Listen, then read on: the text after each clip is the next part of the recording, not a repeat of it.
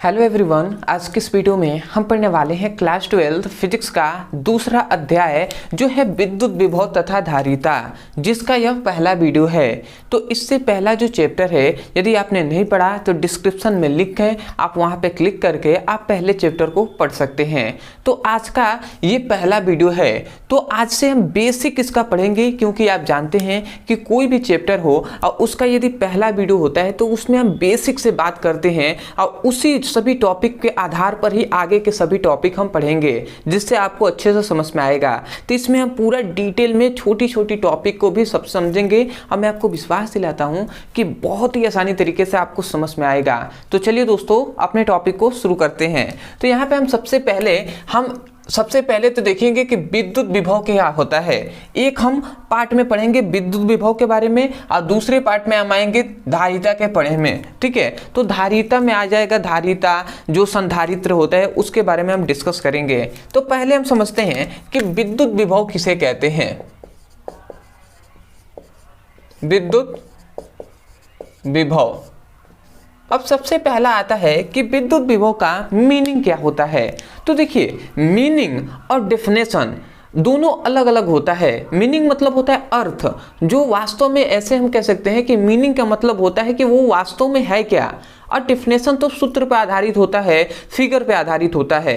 तो इसलिए हम अर्थ को पहले समझते हैं, उसके बाद हम परिभाषा करेंगे और बहुत ही अच्छे से समझ में आएगा।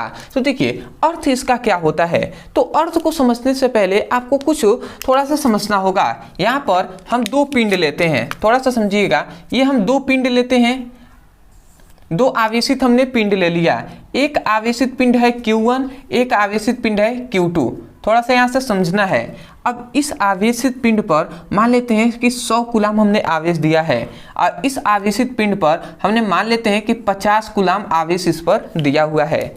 और इन दोनों आवेशित पिंडों को हम एक चालक तार से हम क्या कर देते हैं, इसको जोड़ देते हैं। और हम अब आपसे पूछें कि बताइए किधर से किधर आवेश प्रवाहित होगा। यदि हम पूछें कि अब हम दोनों आवेश को जोड़ दिए हैं तो किधर से किधर आवेश प्रवाहित होगा, तो बहुत से ऐसे स्टूडेंट हैं जो कहेंगे, ज़्यादातर स्टूडेंट, कि आवेश इधर से Q1 से Q2 ओर की दिशा में प्रवाहित होगा। तो मैं कहूँगा क्यों, तो आप क्या कहेंगे, आपका आंसर होगा क्योंकि इसमें 100 कूलाम आवेश है, ये अधिक है तो अधिक से कम की ओर प्रवाहित होगा। आपका ये जवाब होगा। परंतु ऐसा नहीं होता है। ठीक है, ऐसा नहीं होता है। ऐसा क्यों को समझने के लिए थोड़ा सा प्रैक्टिकली हम यहाँ पे समझ लेते हैं। उसके बाद डेफिनेशन। देखिए, डेफिनेशन पे आपको बहुत से ऐसे स्टूडेंट हैं जो चाहते हैं बस डेफिनेशन, अर्थ, फॉर्मूला बता दीजिए, इतना बहुत है। इसको प्रैक्टिकली आपको समझना होगा कि वास्तव में क्या है, क्योंकि आप समझे रहेंगे कि आगे आपको कोई भी समझाने के कार्य भी आए तो आप किसी को समझा सकते हैं, उनको सिखा सकते हैं, उनको वास्तव में बता सकते हैं। क्योंकि डेफिनेशन कोई बड़ी बात नहीं है कि आपको डेफिनेशन ऐसे बता दिया गया, आप लिख लिए चले गए। ठीक है, उतना कोई नहीं है, आपको समझिए। तो देखिए, यहाँ पे हम दो बर्तन लेते हैं। ये एक हमने यहाँ पर बर्तन ले लिया, ठीक है, और एक हम यहाँ पर एक और बर्तन ले रहे हैं। ठीक है, हमने दो यहाँ पे बर्तन ले लिया। अब इस बर्तन में थोड़ा सा ध्यान से समझेंगे, ये एक बर्तन है और एक ये बर्तन है। अब इस बर्तन में हमने यहाँ तक, ध्यान से समझेंगे, इस बर्तन में हमने यहाँ तक क्या भरा, पानी को भरा।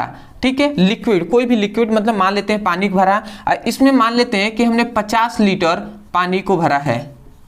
ठीक है, अब एक और ये बर्तन है, इस पर हमने पानी यहाँ तक भरा है।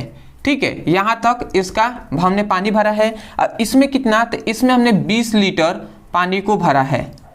ठीक है, तो अब हम इसको कहें कि मान लेते हैं यहाँ से हम क्या कर दें, एक होल कर दें और इसको हम दोनों को जोड़ दें इस तरीके से। ठीक है, तो अब मैं आपसे पूछूं कि बताइए पानी किधर से किधर प्रवाहित होगा, तो आप क्या कहेंगे। अब आप इसको देखकर कहेंगे कि सर पानी इधर से इधर प्रवाहित होगा। क्यों आप कहेंगे, क्योंकि कहेंगे कि इसका लेवल क्या है, स्तर ऊपर है, इसका लेवल जो है वो ऊपर है, इसका लेवल कम है, तो इसलिए इधर से प्रवाहित होगा इसमें। तो इसका मतलब क्या हुआ कि पानी जो लिक्विड है उसकी मात्रा पर निर्भर नहीं कर रहा है। देख रहे हैं, इसका मात्रा 20 लीटर है, परंतु पानी इधर से इधर प्रवाहित होगा क्योंकि इसका स्तर अधिक है, इसका लेवल उच्च है और इसका लेवल कम है। इसी प्रकार यहाँ पर आवेश जो है, आवेश है 100 कूलाम और यहाँ पे है 50 कूलाम।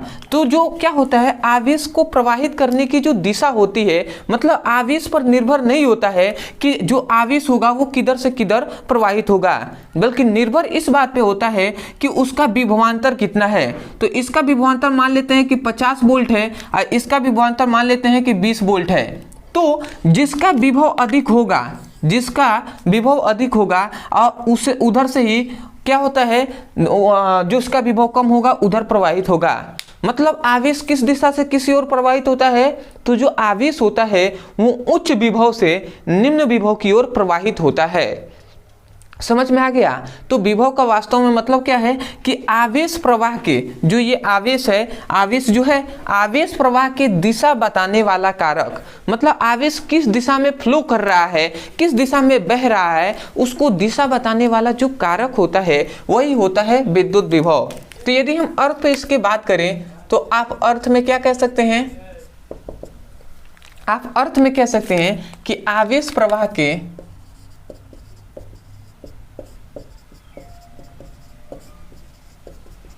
दिशा बताने वाला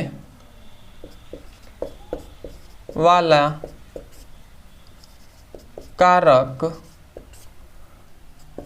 विद्युत विभव कहलाता है।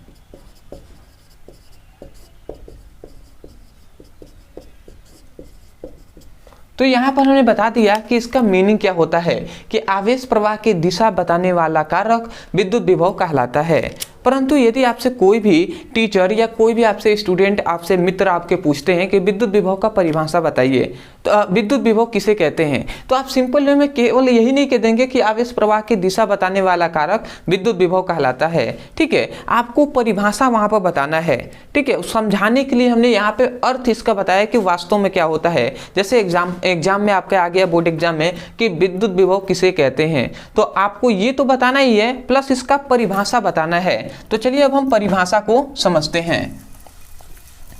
तो परिभाषा भी आपको समझ में आएगा।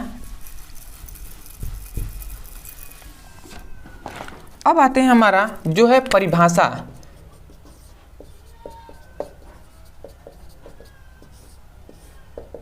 देखिए परिभाषा क्या होता है, तो जो परिभाषा होता है वो 90% क्या होता है, फॉर्मूले पे बेस्ड होता है। तो इसका विद्युत विभव का फॉर्मूला होता है V=W/Q,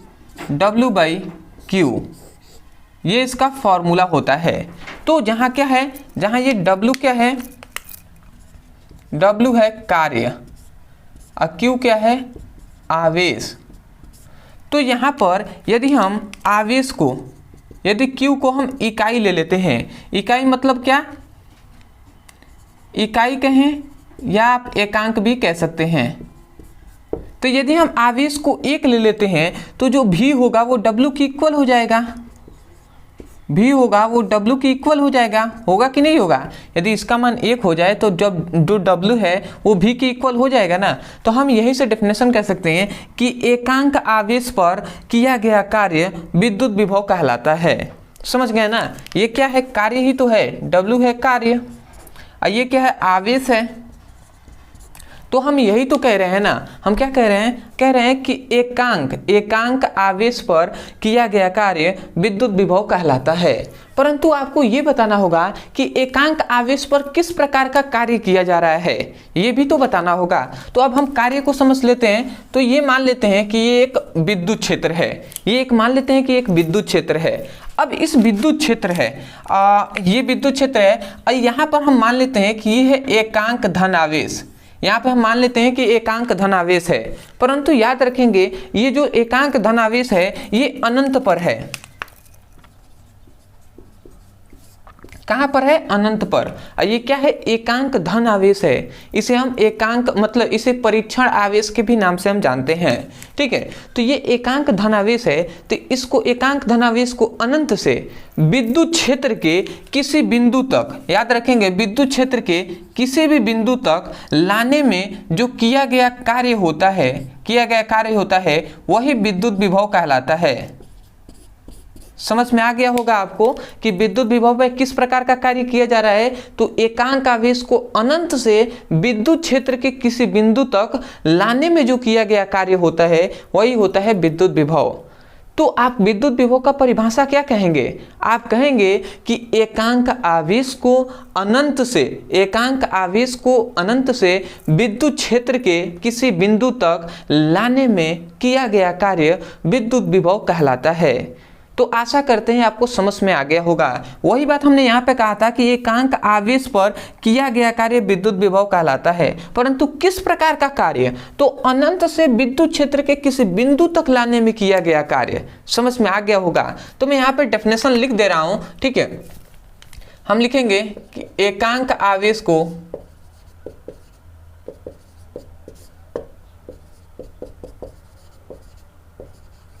अनंत से विद्युत क्षेत्र के किसी बिंदु तक लाने में किया गया कार्य विद्युत विभव कहलाता है।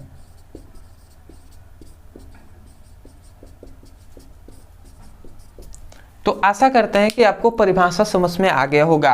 देखिए, हमारा परिभाषा याद कराने का तरीका कुछ अलग है। मैं कभी भी डेफिनेशन को रटवाता नहीं हूँ। मैं चाहता हूँ कि यदि आप यहाँ पे समय दे रहे हैं तो आपको डेफिनेशन याद हो जाए कम से कम, या आप उसको इतना अच्छे से समझ लें कि कहीं आपको समझाने का भी अवसर मिले तो आप वहाँ पर उसको समझा सकें, ठीक है। तो इस प्रकार मैं यहाँ पर बता रहा हूँ। और आप डेफिनेशन बताइए, रटना पड़ा है आपको। आप कह देंगे कि एकांक आवेश को अनंत से विद्युत क्षेत्र के किसी बिंदु तक लाने में किया गया कार्य विद्युत विभव कहलाता है। तो आशा करते हैं आप समझ गए होंगे। अदरवाइज इस पर 2 टॉपिक आता है, 2 जो पॉइंट्स है जो मोस्ट इंपॉर्टेंट है वो आपसे पूछ लिए जाते हैं। सबसे पहला तो आपसे ये पूछा जाता है कि विद्युत विभव का मात्रक क्या होता है। तो बताइए इसका मात्रक क्या होगा। तो आप जानते हैं कि पहला तो इसका मात्रक हो जाता है वोल्ट, ठीक है। और दूसरा इसका मात्रक और दे देता है। आप जानते हैं कि जो कार्य होता है उसका मात्रक क्या होता है? जो कार्य होता है उसका मात्रक होता है जूल, और जो आवेश होता है उसका मात्रक होता है कूलाम। तो बताइए इसका मात्रक क्या हो जाएगा? जूल प्रति जो क्या हो जाएगा? कूलाम हो जाएगा। तो आप लिख सकते हैं कि जूल प्रति कूलाम हो जाएगा। तो आशा करते हैं कि आपको सबसे पहले कि इसका जो मात्रक होता है वो भी आपको समझ में आ गया होगा। अब इसमें एक और पॉइंट्स आता है जो है इसकी राशि पूछ लिया जाता है। तो राशि कौन सी होती है? तो याद रखेंगे जो क्या होता है विद्युत विभव होता है वो अदिश राशि होता है। कौन सी राशि? अदिश राशि। तो आशा करते हैं कि आपको सब कुछ अच्छे से समझ में आ रहा होगा। तो चलिए आप चाहें तो स्क्रीनशॉट ले सकते हैं, अदरवाइज हम नोट्स तो आपको प्रोवाइड करा ही रहे हैं। इस वीडियो के डिस्क्रिप्शन बॉक्स में जितने भी टॉपिक आपको पढ़ाए जाएंगे वो सभी टॉपिक का लिंक आपको डिस्क्रिप्शन बॉक्स में PDF नोट्स मिल जाएगा। तो उस पर क्लिक करके आप PDF भी ले सकते हैं। परंतु PDF लेने का मकसद यही होना चाहिए कि आप पहले यहाँ से पूरी अच्छे से समझें। और PDF नोट से आप लिख तो सकते हैं परंतु उसको समझ नहीं सकते जब तक कि उसको यहाँ से वीडियो से आप ना समझें या कोई भी टीचर से आप ना समझें, ठीक है। अब वीडियो में कम से कम आपको पूरी तरीके से अच्छे से याद तो हो जा रहा है ना। याद करना मोस्ट इंपॉर्टेंट है, क्योंकि यहीं से याद हो जाए तो आप यहीं से PDF नहीं बना सकते हैं। स्वयं का PDF बनाना, स्वयं का नोट्स बनाना बहुत ही अच्छी बात होती है। अब जो क्या होता है नोट्स होता है वो स्वयं ही बनाना चाहिए। तो चलिए हम आगे बढ़ते हैं।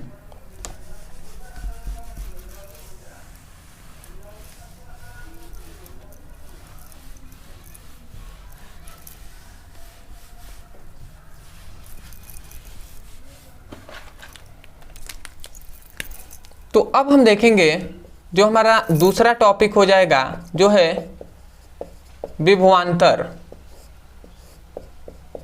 अब आता है कि विभवांतर किसे कहते हैं। तो विभवांतर का भी बहुत ही आसान सा इसका परिभाषा होता है। देखिए इसका अंतर होता है, मतलब इसका यदि हम अर्थ में बात करें कि इसका अर्थ क्या होता है, तो इसका अर्थ होता है विभव में अंतर, ठीक है। मतलब विभव में जो अंतर होता है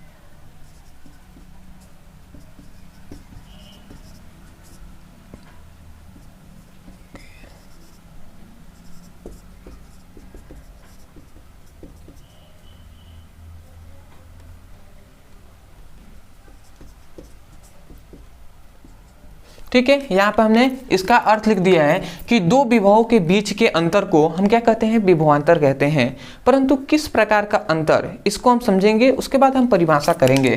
तो देखिए, विभवांतर का मतलब परिभाषा हमने यहाँ पे तो बता दिया। ये मान लेते हैं कोई वैद्युत क्षेत्र है, ये हमने मान लिया कोई वैद्युत क्षेत्र है।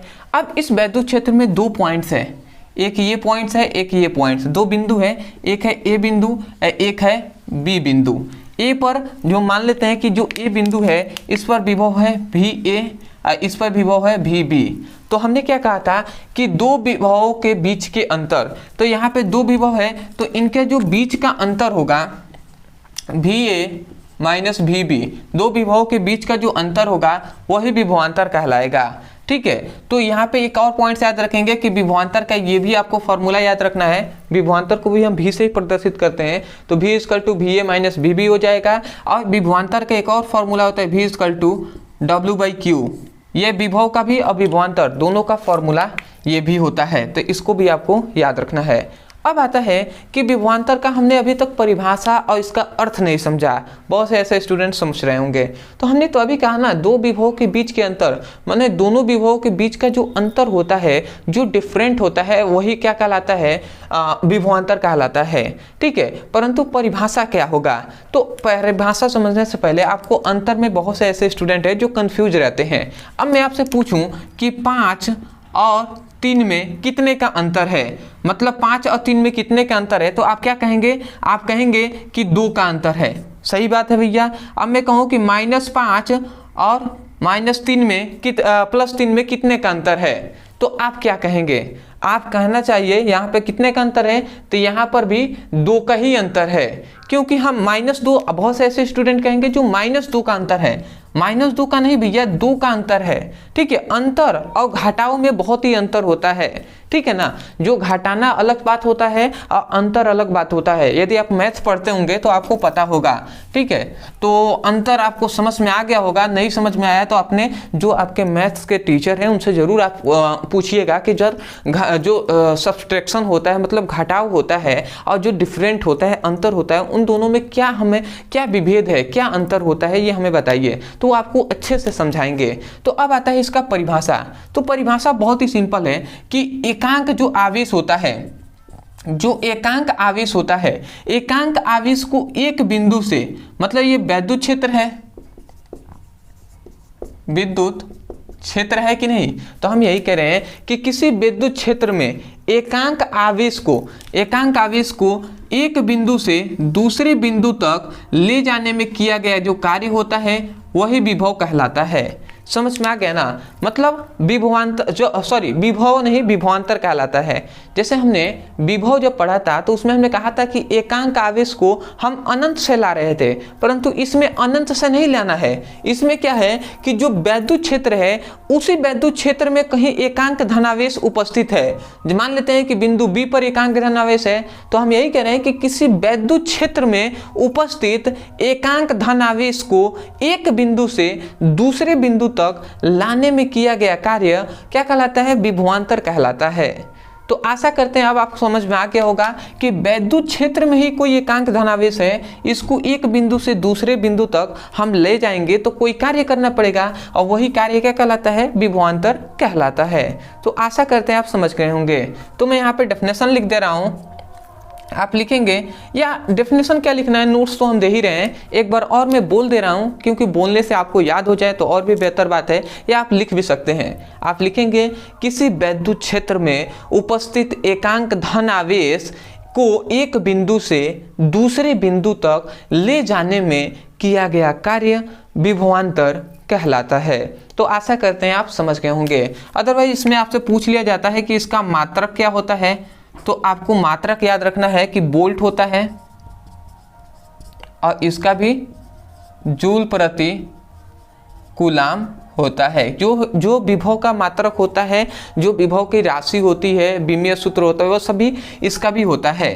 तो यदि हम इसके राशि पे बात करें तो आप राशि इसका क्या जानते हैं, अदिश राशि होता है।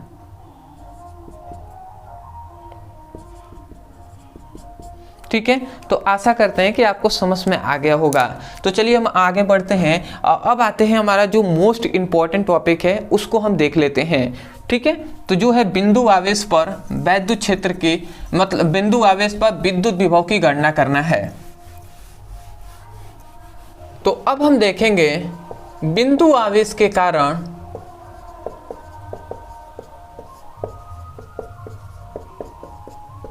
उत्पन्न वैद्युत क्षेत्र की मतलब वैद्युत विभव की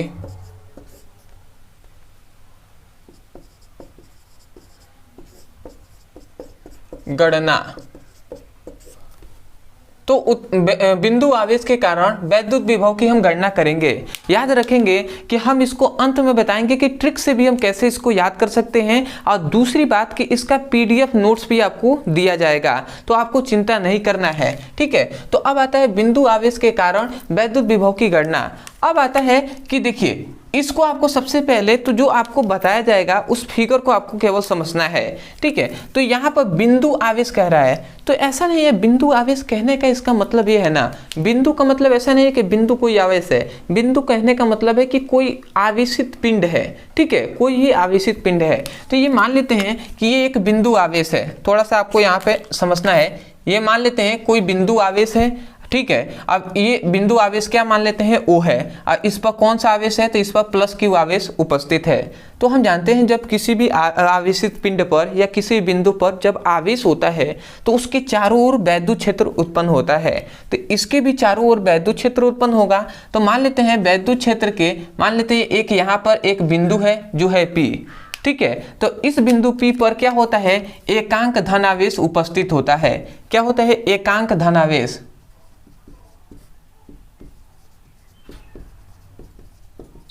इसी बिंदु P पर हमें क्या करना है, वैद्युत विभव की गणना करनी है।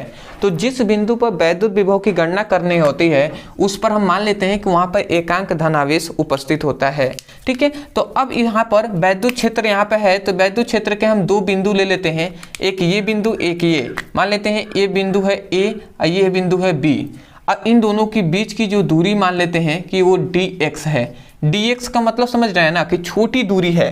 ठीक है, और उसके बाद हम मान लेते हैं कि यहाँ से यहाँ तक की दूरी है x, मतलब O से B तक की दूरी है x, और मान लेते हैं कि O से P तक की दूरी है d, या आप r भी मान सकते हैं, कुछ भी मान सकते हैं। ठीक है, d हमने माना कि डिस्टेंस पर दूरी हो जाएगा। ठीक है, तो इसलिए तो ये आपका इतना हो गया।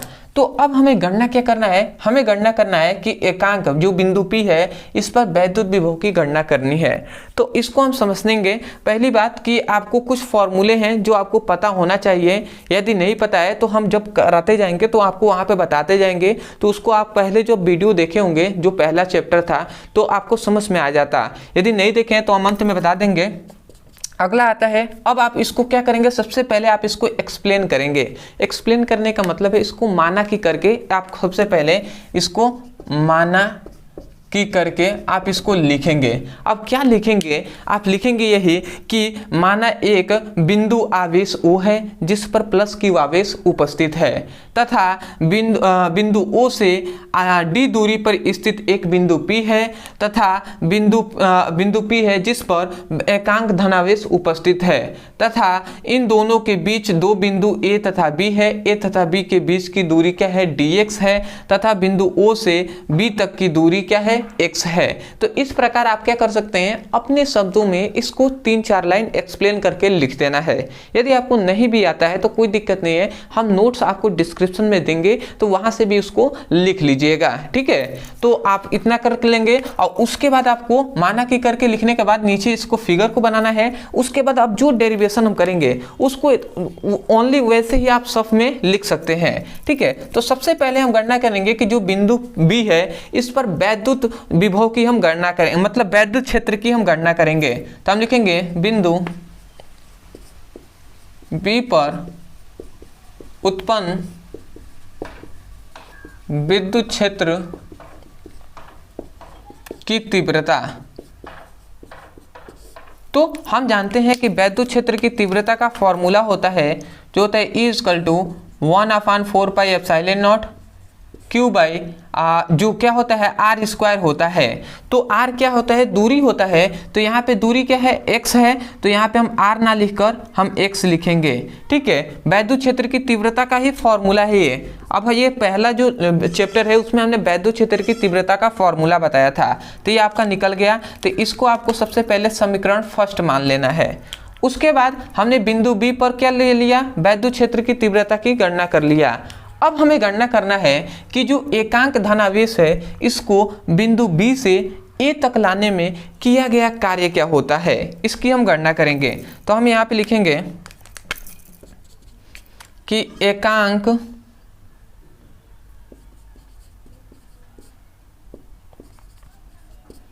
धनावेश को बिंदु बी से ए तक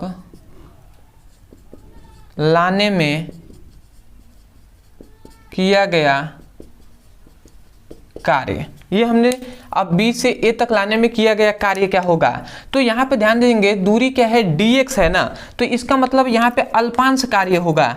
तो हम dw लिखेंगे, w मतलब कार्य और d मतलब छोटा कार्य हम निकालेंगे, क्योंकि भैया b से a तक की दूरी क्या है, तो छोटी दूरी है तो छोटा कार्य निकलेगा। तो छोटा कार्य dw लिखेंगे और dw कार्य बराबर क्या होता है, कार्य बराबर आप जानते हैं बल गुणे विस्थापन होता है। ये फॉर्मूला जानते हैं ना, बल गुणे विस्थापन, ये किसका कार्य का फॉर्मूला होता है, ये बात आपको पता होगा, और नहीं पता है तो आप जान जाइए। ठीक है, तो इसी फॉर्मूले को हम यहाँ पे लगाएंगे। तो बल को हम F से प्रदर्शित करते हैं, तो हम F लिख देंगे। अब विस्थापन कितना है, तो B से A तक विस्थापित कर रहे हैं ना, मतलब D दूरी, तो हम इसको लिखेंगे dx, ये हमने लिख देंगे। तो आशा करते हैं आप समझ रहे होंगे। अदरवाइज अब हम आगे बढ़ते हैं। अब थोड़ा सा आपको यहाँ पे ये समझना है कि हम जानते हैं चूंकि कि जो E होता है वो F के बराबर होता है, ये बात आप जानते हैं, क्योंकि जो पहला हमने, इसीलिए बार बार पहला जो चैप्टर हम कह रहे हैं, क्योंकि पहले चैप्टर यदि आप पढ़े हुए हैं तभी आपको आगे के सभी टॉपिक आपको समझ में आएंगे।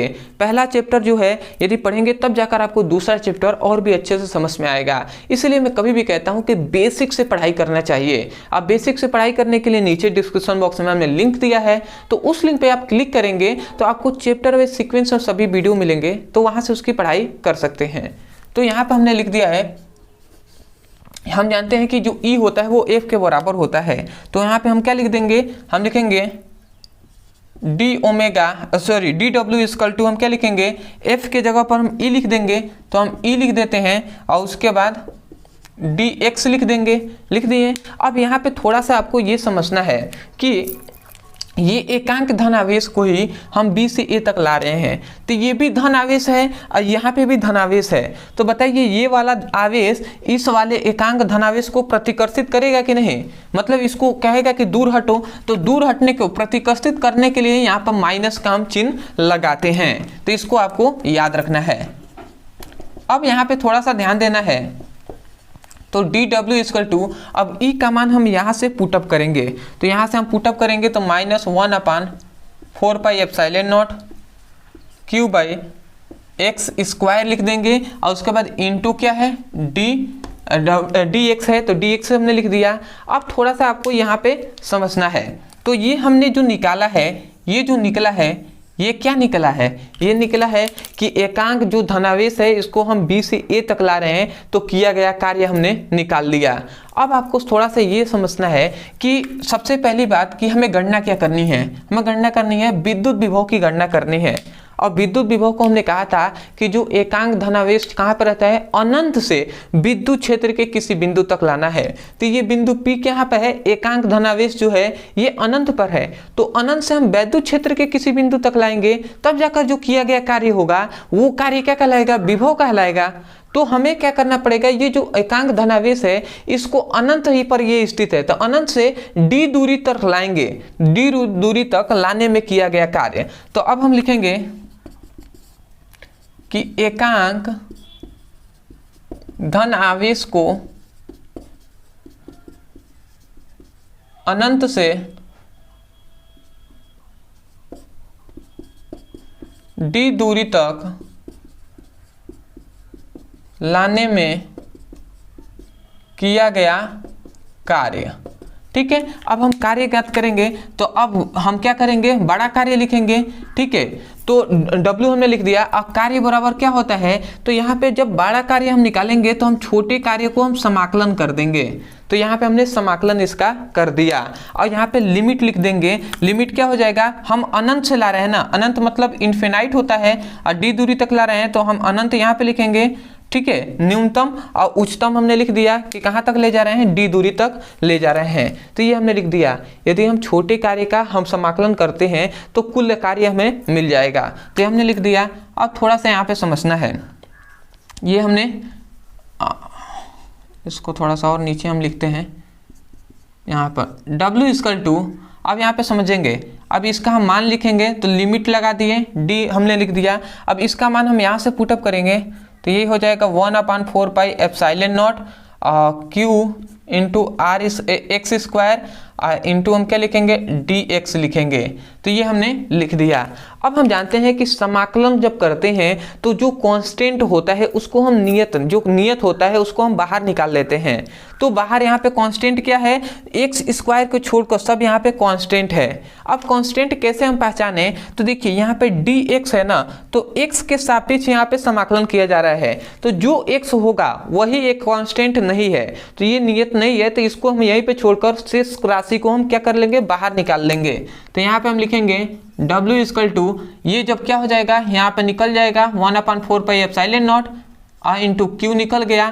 तो अब यहाँ पे क्या बचा, इन्फिनाइट और D बचा और यहाँ पर 1/x² और dx बचा। ये अब बच जाएगा आपका। अब थोड़ा सा यहाँ पे जगह तो कम ही है बट मैं कोशिश करूँगा कि आपको यहीं पे थोड़ा सा समझा दूँ। ठीक है, अब थोड़ा सा यहाँ पे एक और फॉर्मूले की यूज आपका आएगा, थोड़ा सा समझिएगा। ये एक फॉर्मूला होता है जो होता है समाकलन यदि हम करते हैं x के पावर n का, यदि हम समाकलन करते हैं तो इसका फॉर्मूला होता है x के पावर n n+1 n-1। ये फॉर्मूला मतलब n+1 और n+1 ये फॉर्मूला होता है। तो इसको आपको याद रखना है। ठीक है, यहाँ मतलब क्या होता है, x के पावर n+1 होता है और फिर से n+1 होता है, ये फॉर्मूला होता है। और यहाँ पर लिमिट यदि t इन्फिनाइट टू d है तो यहाँ पर कोष्ठ में इन्फिनाइट टू d आ जाता है। तो ये एक फॉर्मूला होता है जो आपको पता होगा यदि मैथ के आप स्टूडेंट हैं तो। यदि नहीं पता होगा तो इस फॉर्मूले को आप रट लीजिएगा जो बायोलॉजी के स्टूडेंट है। तो यहीं पर हम क्या करेंगे, मतलब यहाँ पे क्या मतलब है कि जो n है जो पावर में है उसका देख रहे हैं कि पावर में हम 1 जोड़ दे रहे हैं ऊपर और उसके बाद फिर से पावर में 1 हम जोड़ रहे हैं। इसी प्रकार यहाँ पर भी जो पावर है, तो अब थोड़ा सा ध्यान देंगे। चलिए, थोड़ा सा जगह की कमी होने के कारण मैं इसको मिटकाना ही पड़ेगा। ठीक है, इधर हो नहीं पाएगा। तो आप थोड़ा चाहें तो स्क्रीनशॉट ले सकते हैं, ले लीजिए। इसको मैं थोड़ा सा मिटका दे रहा हूँ, नोट से आप लिख लीजिएगा, पहले आप समझ जाइए। तो यहाँ से समझिए, इसको अब हम क्या करेंगे, W = हम क्या लिखेंगे 1/4πε0 इंटू Q है और उसके बाद इन्फिनाइट टू D है और ये x² है, 1/x² है ना। अब ये x² ऊपर जाएगा तो ये क्या हो जाएगा, ये केवल हो जाएगा x के पावर -2 हो जाएगा, ये हो जाएगा और dx हमने लिख दिया। अब देखिए यहाँ पर ये फॉर्मूला इस तरीके का आ गया कि नहीं। अब यहाँ पर हम क्या करेंगे कि जो पावर है उसमें हम 1 जोड़ेंगे और नीचे भी 1 हम जोड़ेंगे। तो यहाँ पर 1/4πε0 इंटू Q और उसके बाद यहाँ पे जब आप समाकलन कर रहे हैं तो समाकलन जब हटता है तो कोष्ठ का चिन्ह आ जाता है। देखिए कोष्ठ का चिन्ह आया तो कोष्ठ लिख देंगे x के पावर क्या होता है -2 + 1 करेंगे और नीचे भी -2 + 1 करेंगे और यहाँ पे लिमिट अब यहाँ पे लगा देंगे इन्फिनाइट टू d। ठीक है, अब थोड़ा सा समझिएगा आगे। तो ये W हमने लिख दिया, उसके बाद 1/4πε0 हमने लिख दिया, ये Q हो गया और उसके बाद यहाँ पे -1 में से +1 एक गया तो क्या हो जाएगा x के पावर यहाँ पे 1 आ गया और यहाँ पे देखिए -2 में से 1 गया तो -1 बचा कि नहीं, -1 बचा और माइनस से माइनस यहाँ पे सॉरी यहाँ पे माइनस था ना, देखिए यही थोड़ा सा दिक्कत हुआ था। देखिए यहाँ पे माइनस है तो यहाँ पे हमने माइनस नहीं रखा है तो ये माइनस यहाँ पे लगा देंगे। देखिए थोड़ा सा भी दिक्कत होगा तो गड़बड़ हो सकता है। यहाँ पर भी माइनस होगा, यहाँ पर भी होगा और यहाँ पर भी होगा, होगा कि नहीं होगा। तो इस माइनस से ये वाला माइनस कैंसिल हो जाएगा, ये दोनों माइनस कैंसिल हो जाएंगे। तो अब ध्यान दीजिएगा, तो ये 1 का तो कोई यहाँ पे मतलब नहीं रह जाएगा, तो इसलिए हम इसको हटा देते हैं। हम समझ जाएंगे कि हाँ -1 से ये माइनस से माइनस कैंसिल हो गया है। तो यहाँ पे क्या बचा, केवल x बचा है। x के पावर 1 लिखे चाहे x लिखें, दोनों बात एक ही है। तो अब हम यहाँ पे क्या लगा देते हैं, x के पावर 1 है, ठीक है। तो यहाँ पे x के पावर -1 है ना, -2 में से 1 गया तो -1 बचा, और इन्फिनाइट टू d हम लिख देंगे। अब थोड़ा सा यहाँ पे समझने वाली बात है, ये -1 है, इसको नीचे करेंगे तो हम इसको ऐसे भी लिख सकते हैं 1/4πε0 q, और इसको हम लिख सकते हैं 1/x, ये हम लिख सकते हैं, आई इन्फिनाइट टू डी हम लिख सकते हैं, बिल्कुल लिख सकते हैं इस प्रकार। ये हम ऊपर ले गए हैं, देखिए यहाँ से ऊपर ले गए हैं तो माइनस में आ गया, तो फिर से हम नीचे लाए हैं तो क्या कर देंगे, इसको प्लस में लिख देंगे। तो इतना हमने कर दिया। मैथ के स्टूडेंट होंगे तो आपको थोड़ा बहुत तो इतना पता ही होगा। अब यहाँ पे थोड़ा सा समझेंगे, W = 1/4πε0, और उसके बाद ये Q है तो Q हमने लिख दिया। और यहाँ पे अब मान रखेंगे तो x की जगह पर हम लिमिट रखेंगे, माने इसका d भी रखेंगे, इन्फिनाइट भी रखेंगे। तो यहाँ पे हम लिखेंगे 1/d, पहले उच्चतम फिर से न्यूनतम, ये हमने रख दिया। इस प्रकार रखा जाता है। और उसके बाद थोड़ा सा समझेंगे d = अब हम जानते हैं इन्फिनाइट में 1 का यदि हम भाग करते हैं तो वो शून्य हो जाता है। तो जब शून्य हो जाएगा तो यहाँ पे क्या बचा 1/4πε0, और यहाँ पे बचा q, और इधर क्या बचा 1/d बचा कि नहीं। अब इसको यदि हम सॉल्व करते हैं तो W = 1/4πε0, ये q इसमें गुणा करा देगा तो ये आपका आ गया। अब ये जो फॉर्मूला आपका मिला है यही हो गया प्रूव्ड, ठीक है। तो यही है कि बिंदु आवेश पर उत्पन्न वैद्युत विभव की गणना, जो ये फॉर्मूला है। तो इसी फॉर्मूले को हम इतना कर रहे थे। तो आशा करते हैं कि आपको समझ में आया होगा। अदरवाइज नोट्स के लिए आपको नीचे डिस्क्रिप्शन बॉक्स में लिंक है, तो वहाँ से आप नोट्स भी ले सकते हैं। और दूसरी बात कि यदि आपको क्लास 12th का फिजिक्स और केमिस्ट्री का चैप्टर वाइज सीक्वेंस में सभी वीडियो को पढ़ना है तो आपको नीचे डिस्क्रिप्शन बॉक्स में फिजिक्स का लिंक दे देंगे, तो वहाँ से क्लिक करके आप बेसिक टू हाई तक आप पढ़ाई कर सकते हैं। तो आप चाहें तो स्क्रीनशॉट ले सकते हैं।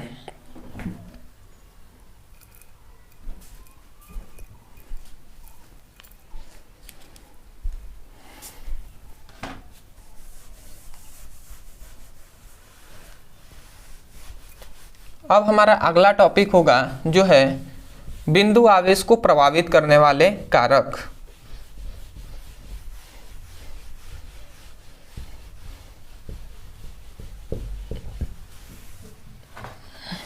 अब हम देखेंगे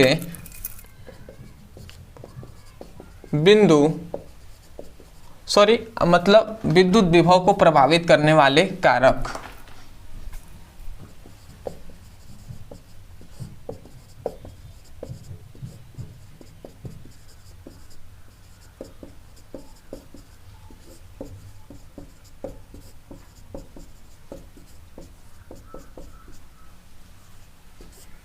अब हम देखेंगे विद्युत विभव को प्रभावित करने वाले कारक। तो देखिए, हम प्रभावित करने वाले कारक का मतलब है कि विद्युत विभव किस तरीके से बढ़ेगा घटेगा, उसका इफेक्ट क्या होगा, तो किसके कारण। तो हम फॉर्मूला अभी हमने पढ़ा है कि V = हमने क्या फॉर्मूला पढ़ा है 1/4πε0 Q/d हमने पढ़ा है। और यदि परावैद्युत पदार्थ यदि हो तो यहाँ पे K भी हो सकता है। तो ये हमने फॉर्मूला पढ़ा है। अब इसी से हम क्या करेंगे, प्रभावित को निकालेंगे। तो सबसे पहला प्रभाव तो हम जानते हैं जो V होगा वो Q के समानुपाती होगा, क्योंकि ये ऊपर है तो मतलब हम लिख सकते हैं V जो समानुपाती होगा Q के।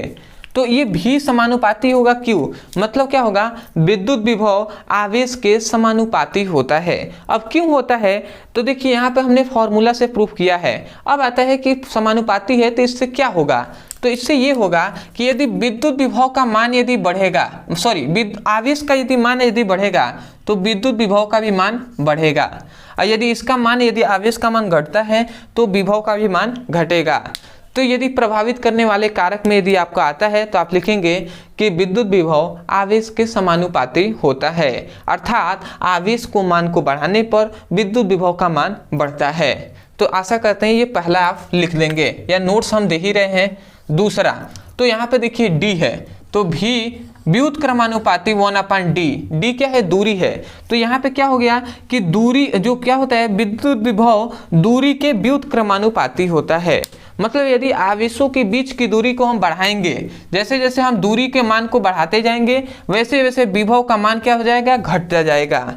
तो ये आप दूसरा लिख सकते हैं ना कि विद्युत विभव दूरी के व्युत्क्रमानुपाती होता है, अर्थात दूरी के मान को बढ़ाने पर विद्युत विभव का मान घटता है, या हम इसके मान को घटाएंगे तो विद्युत विभव का मान बढ़ेगा। तीसरा आता है कि याद रखेंगे भी व्युत्क्रमानुपाती 1/k। मतलब ये क्या है? परावैद्युत पदार्थ है। तो यदि परावैद्युत पदार्थ हम रखेंगे, ठीक है, परावैद्युत पदार्थ का मान यदि हम अधिक अधिक करते जाएंगे तो जो विभव का मान है वो क्या हो जाएगा? घटता चला जाएगा। तो ये भी क्या कहेंगे कि विद्युत विभव परावैद्युत पदार्थ के व्युत्क्रमानुपाती होता है, अर्थात परावैद्युत पदार्थ के मान को बढ़ाने पर वैद्युत विभव का मान घटता है। तो आशा करते हैं आप समझ गए होंगे। अदरवाइज एक और होता है कि मान लेते हैं किसी वैद्युत क्षेत्र में, कोई भी वैद्युत क्षेत्र है और उस वैद्युत क्षेत्र में यदि कोई आवेशित मतलब कोई चालक अगर आ जाता है तो उस पर क्या प्रभाव, विद्युत विभव पर क्या इफेक्ट पड़ता है। तो कोई भी विद्युत विभव है, तो यदि विद्युत विभव में कोई आवेशित चालक आ जाता है तो उस पर वैद्युत विभव का मान क्या हो जाता है? घट जाता है। जो विभव का मान होता है वो क्या होता है? घट जाता है। तो इसको आपको लिख लेंगे, या आप 3 ही लिख सकते हैं। अदरवाइज नोट्स के लिए नीचे डिस्क्रिप्शन बॉक्स में हमने लिंक दिया है, तो वहां से आप इसका सभी का नोट्स में आपको मिल जाएगा, तो वहां से आप नोट्स भी ले सकते हैं। अदरवाइज मैं यही कहूँगा, यदि आपको समझ में आया है, यदि आपको लग रहा होगा कुछ आपके लिए अच्छा पढ़ाया गया है, तब जाकर आप चैनल को सब्सक्राइब कर दीजिएगा। अदरवाइज बहुत से ऐसे स्टूडेंट हैं जो तो विश्वास ही नहीं करते हैं, ठीक है, देखेंगे कि छोटा है, ऐसे वैसे बहुत से मतलब अलग अलग स्टूडेंट हैं, तो वो सोच के ही क्लिक करके फिर से चले जाते हैं। उनको लगता है कि मतलब मैं पढ़ा ही नहीं पाऊंगा। बट अगर आपको लगता है कि हाँ कुछ वैल्यूएबल जो क्या है, जो टॉपिक है वो आपको पढ़ाया जा रहा है, कुछ वैल्यू का यहाँ पे कुछ सिखाया जा रहा है, तब जाकर आप सब्सक्राइब कीजिएगा। और जितने भी आपके फ्रेंड्स हैं उनसे ज़रूर बताइएगा कि आप भी इस चैनल से पढ़ाई कीजिए। आप उनको बता सकते हैं, उनके मोबाइल में आप खोल कर सभी प्ले लिस्ट दे सकते हैं, या इस लिंक को शेयर कर सकते हैं। आपके पास बहुत से माध्यम है। तो आशा करते हैं आप समझ गए होंगे। तो चलिए दोस्तों, आज के लिए इतना ही। मिलते हैं एक नए टॉपिक के साथ, तब तक के लिए धन्यवाद। जय हिंद, जय भारत।